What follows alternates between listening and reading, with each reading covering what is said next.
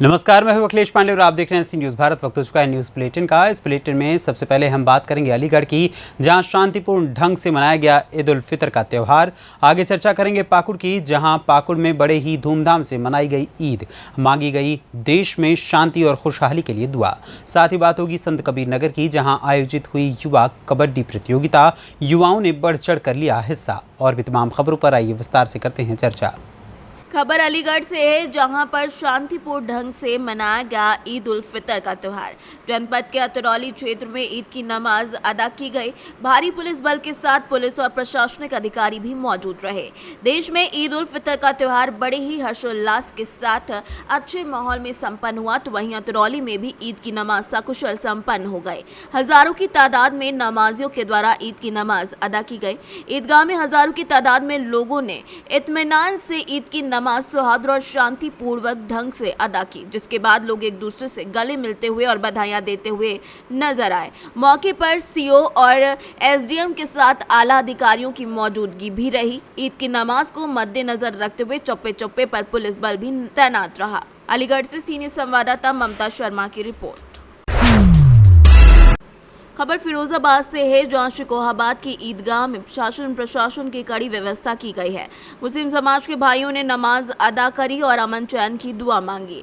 अल्लाह की इबादत में झुके हजारों सिर और इस अवसर पर पुलिस प्रशासन की कड़ी व्यवस्था नजर आई। साथ ही साथ एसपी ग्रामीण रणविजय सिंह के द्वारा भी जानकारी में बताया गया कि कड़ी व्यवस्था के बीच मुस्लिम समाज के लोगों के द्वारा ईद नमाज कर ली गई है।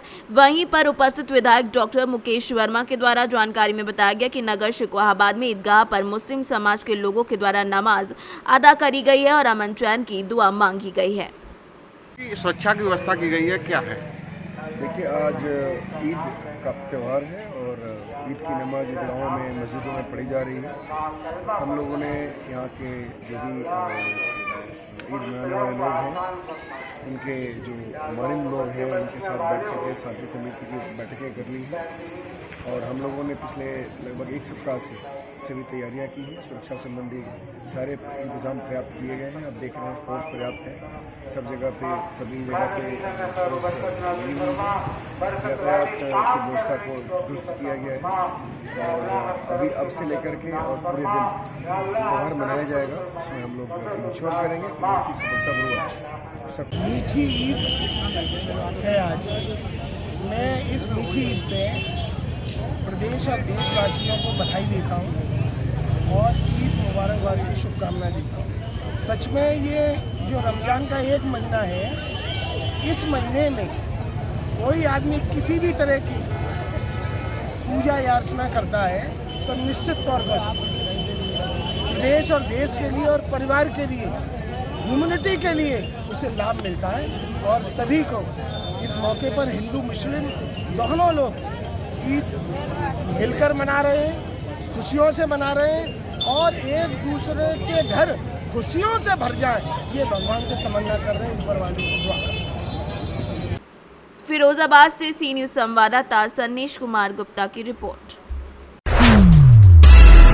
खबर झांसी के मौरानीपुर से, जो आखिरी जुमे की नमाज कल अदा की गई। शाम के समय सभी नमाजियों को सूचित किया गया कि शनिवार को ईदगाह सुकनई नदी किनारे नमाज अदा की जाएगी।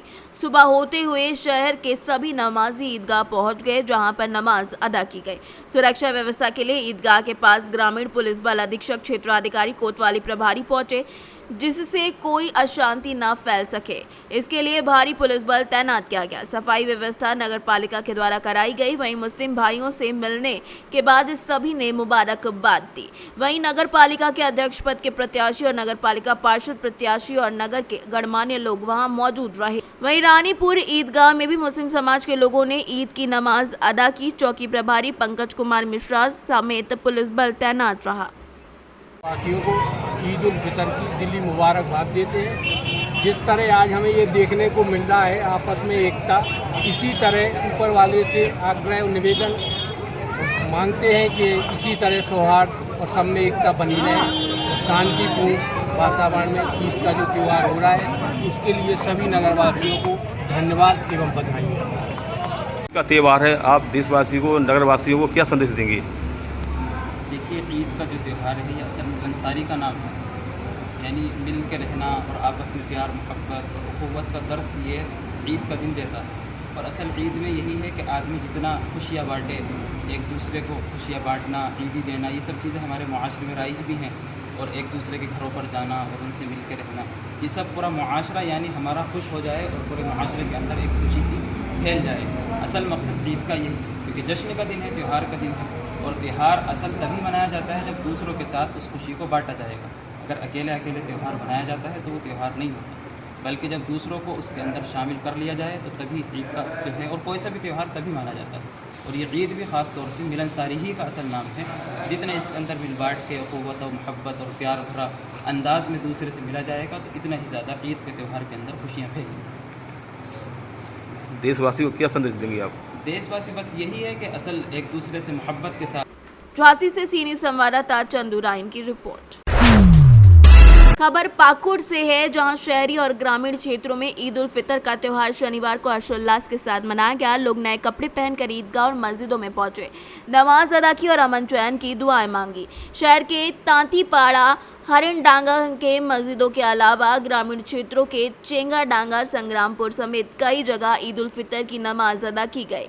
ईदगाहों में मौलवी और मौलाना ने परंपरा के अनुसार नमाज अदा करवाई। मौलाना अंजर कासमी ने बताया कि धैर्य और सौहार्द का नाम ही ईद है। पवित्र रमजान माह में पूरे धैर्य के साथ धार्मिक नियमों का पालन करते हुए प्रतिदिन रोजा रखना ही धैर्य है।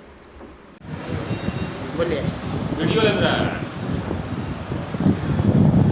आज मुसलमान ईद उल फितर की 2 रकात शुक्राने के तौर पर नमाज अदा कर रहा है और पूरे भारत में आज ईद मनाई जा रही है। और ये आज खुशी का दिन है और इस खुशी में एक पैगाम देना ये चाहते हैं कि हम इस मुल्क में अमन, शांति, चैन और सुकून, कौमी यकजहती का पैगाम देते हैं कि हम जिस तरीके से सालों हज़ारों से साल से एक दूसरे के सुख दुख में शरीक थे और जब तक ज़िंदा रहेंगे और जब तक मुल्क भारत में कायम रहेगा, हम लोग सुख दुख में सबके साथ शरीक रहेंगे। और ये पैगाम हम देना चाहते हैं कि चाहे वो किसी भी कम्युनिटीज़ का हो, किसी भी धर्म का हो, एक दूसरे में अमन कायम कीजिए, मोहब्बत कायम कीजिए, आपसी मेल जोल कायम कीजिए। धर्म अपनी जगह पर है, पहले सबसे पहले इंसानियत है, हमें इंसानियत के तरीक़े पर चलना है। इंसानियत ये सिखाता है कि हमें मेल मोहब्बत और प्यार से रहना है। और जहाँ तक कोशिश हो, मैं अपनी प्रशासन का भी शुक्रिया अदा करता हूँ कि जब वो इसमें अमन को कायम करने में अपनी रोल अदा करते हैं, लेकिन फिर भी हम ये कहना चाहते हैं। पाकुड़ से सीनियर संवाददाता अभिषेक तिवारी की रिपोर्ट। संत कबीर नगर धनघटा तहसील क्षेत्र घोरा में आयोजित 20 अप्रैल 2023 से शुरू हुआ युवा कबड्डी प्रतियोगिता, जिसके आयोजक सेंतबान गोस्वामी और ग्राम प्रधान धनंजय सिंह रहे। धनघटा थाना क्षेत्र के अंतर्गत आने वाले विकास खंड हैसर बाजार क्षेत्र से राजस्व गांव घेराव में युवा कबड्डी प्रतियोगिता का आयोजन किया गया। इसके आयोजक सेंतबान गोस्वामी और ग्राम प्रधान धनंजय सिंह रहे। कबड्डी में युवा लड़कों ने 2 टीम बनाकर आपस में कबड्डी खेली और उससे पहले ग्राम प्रधान धनंजय सिंह ने दोनों टीम पर तांबा और खलीलाबाद से हाथ मिलाकर खेल का शुभारंभ किया। प्रतियोगिता जीतने वाले को प्रथम पुरस्कार 2100 और द्वितीय पुरस्कार 1100 रुपए का दिया गया। इस खेल में कई नियम और शर्तें हैं, जिसका पालन न करने वाले को टीम से बाहर भी कर दिया जाएगा, ऐसा भी कहा गया था। संत कबीर नगर से सीनियर संवाददाता रमेश की रिपोर्ट। बिहार के औरंगाबाद सत्येंद्र नारायण भवन प्रांगण के कांग्रेस ऑफिस में जनता दरबार के द्वारा पूर्व राज्यपाल निखिल कुमार सिंह जनता की समस्याओं को सुन रहे थे और उनकी निदान के लिए हर संभव प्रयास किया। जनता दरबार में कार्यकर्ताओं को निर्देश दिया गया कि जनता की समस्याओं को लेकर लगातार तत्पर रहें और योग्य कार्यकर्ता का चुनाव हर स्तर पर बढ़ाएं। कल वे हड़ियाही डैम पर जाकर खुद निरीक्षण करेंगे और उस विषय पर जनता को सिंचाई पानी की समस्या को लेकर सरकार से बात करने के लिए भी कहा। जब भी पूर्व राज्यपाल औरंगाबाद आते हैं, जनता का लगातार जनसैलाब सभी जाति वर्ग का इनसे मिलने आता है, क्योंकि इनका पारिवारिक पृष्ठभूमि इतना बेहतरीन है कि जनता ऐसे कर्मठ इंसान को न चुनकर खुद अपने आप को लज्जित महसूस करती है।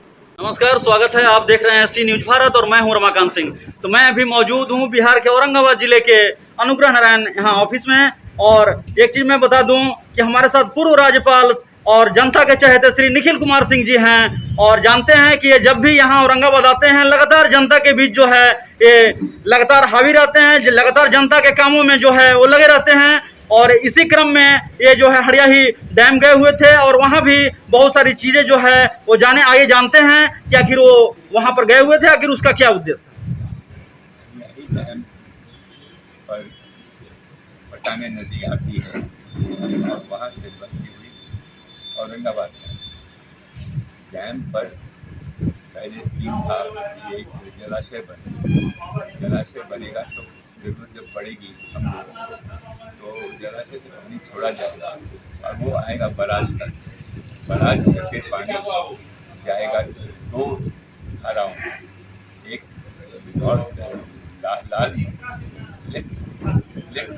कदम में है वो लगातार जो है वो संघर्ष किए हुए हैं, तो कब तक ये संघर्ष चलेगा?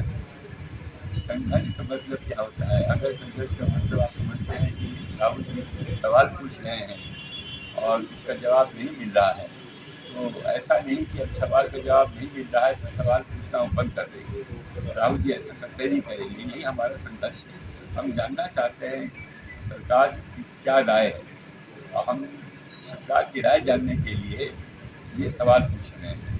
सवाल राहुल जी पूछते आ रहे हैं, बट अडानी जी के बारे में उन्होंने सवाल पूछा, उसका कोई जवाब नहीं आ रहा है। उन्होंने, आपको याद होगा, मामूली सी कोई घटना घटती है जिसमें गांजा या अफीम या इस किस्म की चीज़ पकड़ी जाती है तो सख्त से सख्त कानून तरह कर दिया जाता है। लेकिन अडानी जी के पोर्ट पर 60 टन पकड़ा गया नशा और उस पर कोई कार्रवाई नहीं। सवाल हम लोग पूछते रह गए, जवाब कोई नहीं आया। ये क्या बात है?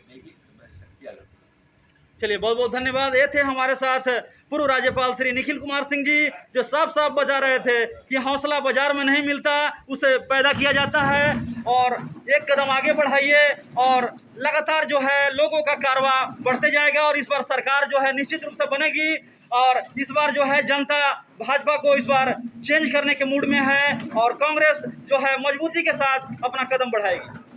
औरंगाबाद से सीनियर संवाददाता रमाकांत सिंह की रिपोर्ट।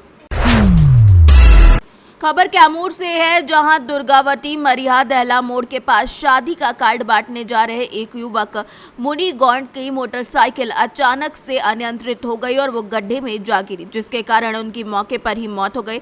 बता दें कि इस युवक का पिछले 2022 में ही शादी हुई है और इस घटना को सुनकर परिजन और गांव के लोगों में मातम पसर गया है।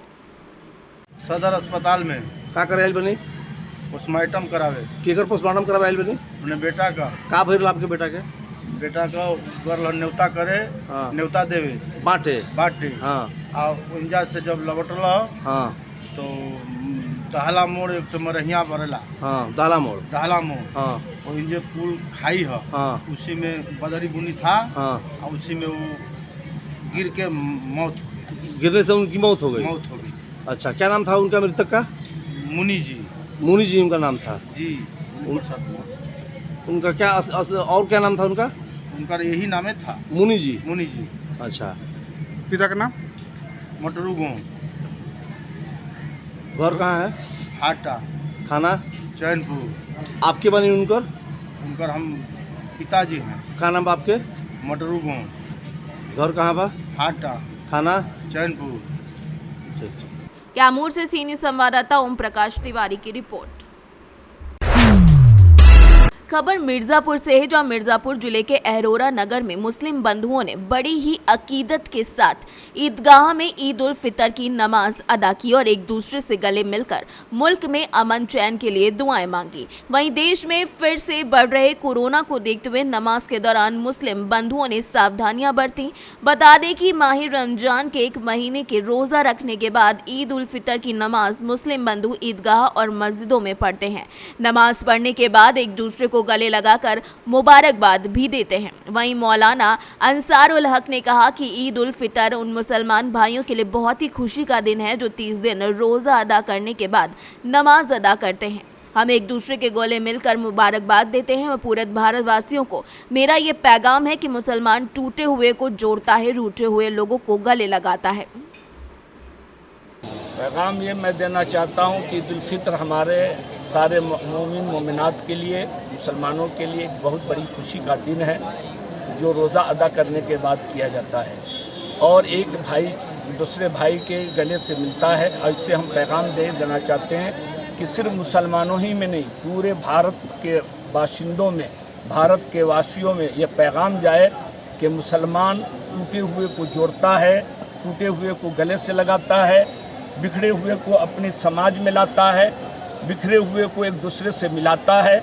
और मैं ये चाहता हूँ कि हमारे भारत में हमेशा अमन और शांति का झंडा लहरता रहे और कुछ लोग जो अमन और शांति को भंग करना चाहते हैं, मालिक उसके इरादे को तोड़ दे। और जो लोग इस में लगे हुए हैं कि भारत में अमन और शांति का पैगाम, भाईचारे का पैगाम चलता रहे, हम सारे मुसलमान उनके कांधे से कांधा मिलाते हैं। मिर्जापुर से सी न्यूज़ संवाददाता अनिल की रिपोर्ट। मिर्जापुर अंतर्गत अरोरा थाना क्षेत्र नगर पट्टी कला निवासी 53 वर्षीय किसान की आकाशीय बिजली की चपेट में आने से मौत हो गई। किसान की मौत से परिजनों में कोहराम मच गया। परिजनों का रो रो कर बुरा हाल हो गया। सूचना पर पहुंची पुलिस ने शव को कब्जे में लेते हुए विधिक कार्रवाई करने के बाद पोस्टमार्टम के लिए भेज दिया है। अरोरा नगर पट्टी कला निवासी 53 वर्षीय कैलाश चौहान सुजीव के पास अपने खेत पर खरबूजे की खेती करते थे। देर शाम परिवार सहित खरबूजे की लोडिंग कर रहे थे। उसी दौरान तेज गरज चमक के साथ आकाशीय बिजली पास आकर गिरी। आकाशीय बिजली की चपेट में आने से किसान झुलस कर अचेत हो गया। परिजनों ने आनन फानन में किसी निजी साधन से किसान को सामुदायिक स्वास्थ्य केंद्र लेकर पहुंचे, जहां चिकित्सक ने जांच पड़ताल करने के बाद किसान को मृत घोषित कर दिया। क्या हुआ था, कैसे मालूम चला पिताजी का डेड बॉडी? क्या करने गए थे, कहाँ गए थे? लोग गाड़ी पे लोडिंग कर रहे तो पढ़ाई में से लाइट दिखा रहे थे। खरबूजे लद रहे थे बंधवे में? हाँ। अच्छा, तो लाइट दिखा के उनके क्या समझ में आया, बाहर से 2 कदम आगे बढ़े तब से मार दिया है। ये किस समय की घटना, किस समय, मतलब कि समय क्या हो रहा था? 8 बज रहा था। अच्छा, 8 बजे रात की बात है। चलो बस ठीक है।